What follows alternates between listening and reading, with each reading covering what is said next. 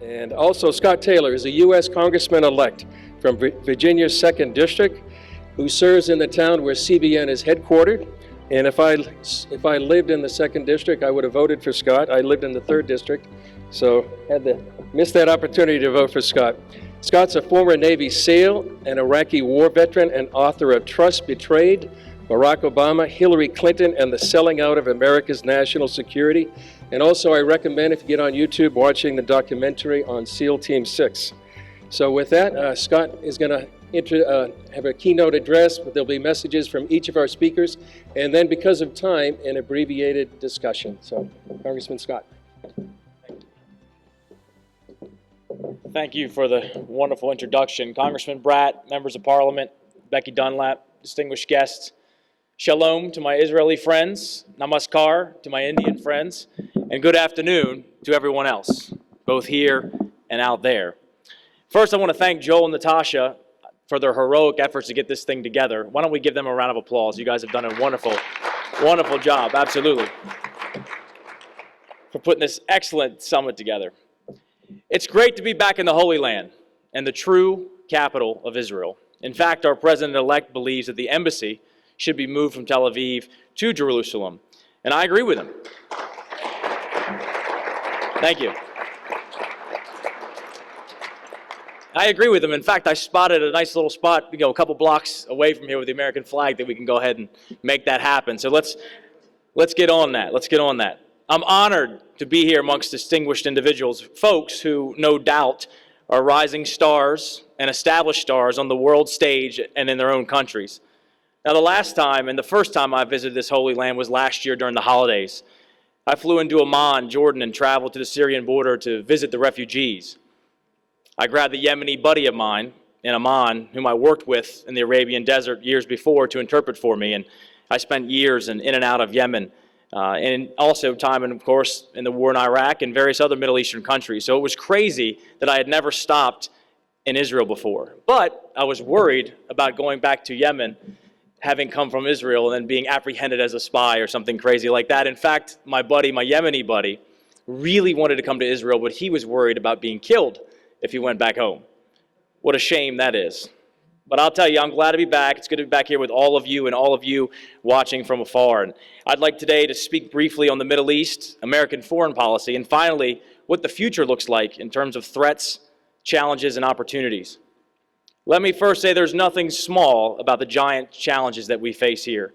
And I say we because I truly believe that everything that happens here in the Middle East affects most of the world, and we are in this together. Now, please understand today that my comments are from an American perspective. However, I am mindful that the world is a very large place, and there are very many different opinions and interests and deeply held beliefs.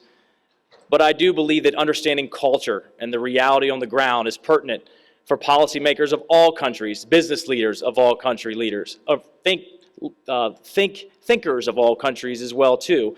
It is with context, not just text, that you gain deep understanding. And let me give you a quick example from Yemen, what I'm talking about. So years ago, I served as a security consultant for an American company, and we're in the Arabian desert in Al-Qaeda country, and there was these oil facilities.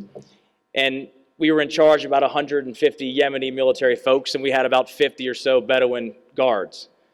And one day I get a call. Inside our facilities, there was no weapons allowed, but outside of the facilities, of course, everyone that's over 11 years old has an AK-47, right? So, which is why it's very easy for me to negotiate in Washington. There's not Arabic and AK-47s everywhere, right? It's a little easier. So I get a call, and what was happening was there was a local tribal guy who was stopping the food gate to get into our facilities. Now understand that there's a truck that drops off food, your supplies, for weeks at a time at each gate, and they're on a schedule. So I had to make sure that guy got off the gate. But we didn't have any weapons inside. So we brought in the Yemeni military to get this guy off the gate to allow for the food to come in. So if you're aware of that culture, the army and the local Bedouin tribal guys, they don't get along very well. The army guys go in there to get this guy off the gate. There's 3 of them, they're armed. And within about 2 minutes or so, there was probably 20 or so Bedouins picking up pipes and sticks. And it was escalating very quickly. And if you understand the culture there, you understand that there's no give. that there are actually mechanisms in place to reduce violence, because you can't call 911 in the middle of the desert, right? So now I had to really go down there and confront this situation, and my Arabic is limited. It's not good enough to be able to diffuse a situation like this, and my interpreter was basically worthless because he was scared. And I happened to have a New York Giants hat on, and I remembered from studying anthropology in Arabia that if you take off your headdress and you put it on top of the head of the person that you are having a dispute with, it means that you submit to a peaceful resolution. And if that person doesn't respond in kind, then they're shamed amongst the tribe. And as many of you know, shaming's a big deal in this part of the world. So I didn't think it was going to work, but I stepped forward, and I took my New York Giants hat off, and I put it on the head of the guy that was stopping the gate, and everything stopped. And they looked at me and they were like, how does this guy know this? How does he know this? It bought me all kinds of street credit or sand credit at the time. But why I tell you this is you have to understand what's going on in the world. And as policy leaders in different countries, if we don't understand the cultures and what's going on in the world, we're going to make bad decisions. So I implore all of us to always reach out and try to figure out what's going on. Now, I want to tell you about 4 major threats to peace, prosperity, and stability here regionally that are affecting things globally. Iran's actions, radical Islam, and failing or failed states, and Syria. Let's talk about Syria really briefly.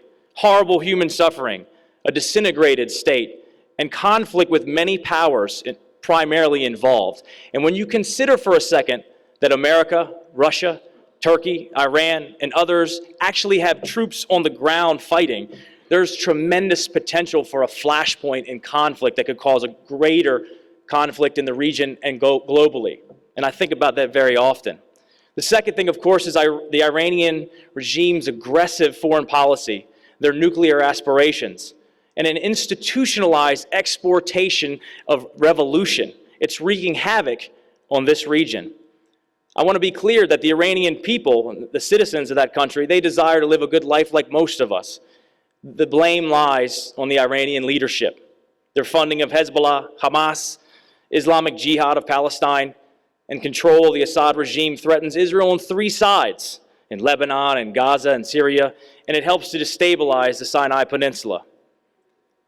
But via proxies, and sometimes their own troops, they're in Libya and Yemen and Iraq. And their pursuit of nuclear weapons and cheating on the very flawed Iranian deal, and their threats of shutting down the Straits of Hormuz further add to the instability. Number 3, radical Sunni Islam. It's not a new phenomenon, but has grown exponentially given the internet, bad governance, and vacuums created by conflict.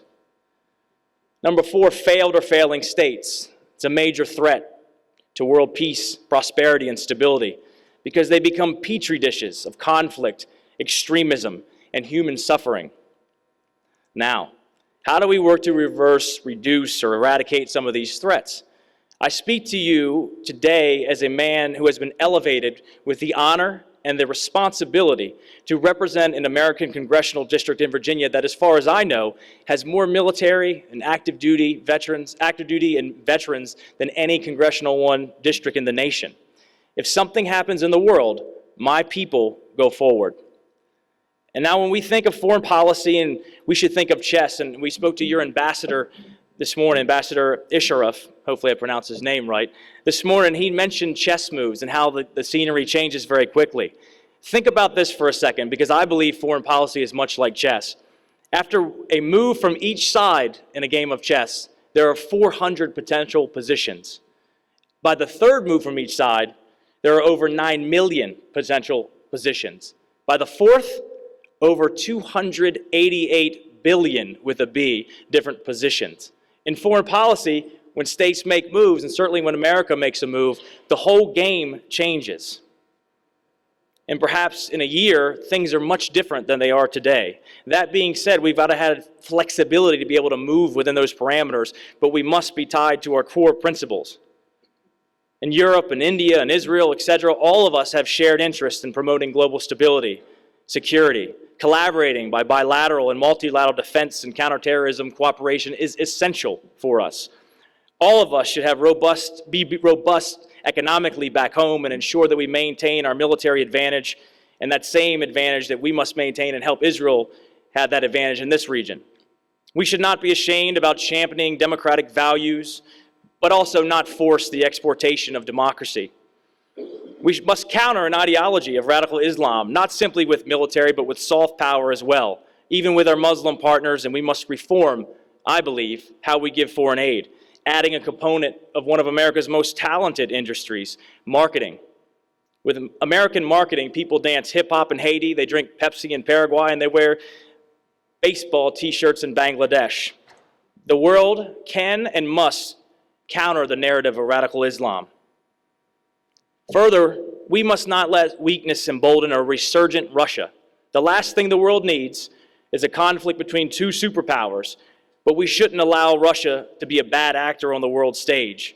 Sure, we can sanction, but if we simply start exporting gas to our European friends, that's another tool in our pockets that we could really influence the Russians.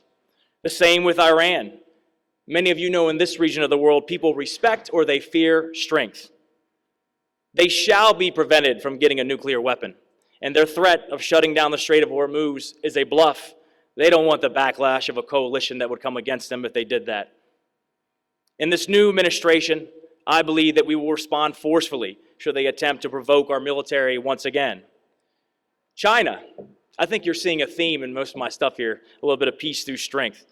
As you guys just read in the paper, China just seized a drone from a U.S. naval ship in international waters. It's with my hope that this new administration, that a future response to this type of thing will not be a muted one. Now, we've got to be willing to have practical coalitions to maintain peace and stability and prosperity. And this may include a Russia or China or Iran in some way. Democratic nations such as a rising India, our Indian friends here, have a big part to play and a rising part to play in world stability. And lastly, ladies and gentlemen, I'm a soldier. I've buried and listened to Amazing Grace many, many times, more than anybody that I would wish upon anyone. But we must always prepare for war, not for war itself, but to maintain peace. Our preparation for conflict or war is no doubt the most enduring keeper of peace. To turn a blind, hopeful eye is to be naive. There have been over 30 conflicts and wars since 1960. Now, I want to end with a few thought-provoking ideas and questions that are left unanswered because I know this is a leadership summit and you will make these leadership decisions moving forward. I want you to consider the way the world looks today. Here's an example. In 1995, Mike Fisher from my small hometown of Hebron, Maryland, not Hebron, Israel, had the first car phone. And if you guys remember, those car phones were about this big, their service sucked, they weren't really good at all, right? Fast forward 5 years. In 2000, I was with a platoon full of Navy SEALs, and all of us bought cell phones, Sprint cell phones, the little flip phones, at one time. The service still sucked. We had to climb a tower to get any kind of service at all. Fast forward 5 years, 2005. I'm in the middle of the desert of Ramadi, Iraq, with a little Nokia phone that had clearer service than a sat phone. Fast forward 5 more years, and I have a smartphone that has almost all the world's knowledge at my fingertips. The world's changing very quickly. 3D printing, driverless cars, drones, the cloud. Consider this. In 1997, 20 years ago, the world's most powerful supercomputer was almost the size of a tennis court. The electricity that it took to power this supercomputer, the strongest one in the world, could power 800 homes. By 2005, do you know what the equivalent of that supercomputer was? A Sony PlayStation. A Sony PlayStation. So why I say that to you is, think about that for 1 second. An individual playing on a Sony PlayStation has the amount of computer power that the most powerful nation-state supercomputer was just 20 years earlier. Or just 20 years earlier from now, because it's much more now. And why I also say that is, that means that anyone, anywhere in the world can be potentially vulnerable by anyone, anywhere in the world. And that's scary. It presents enormous challenges, but also opportunities. But listen, I look forward to a future to navigating these challenges, these opportunities with folks like you.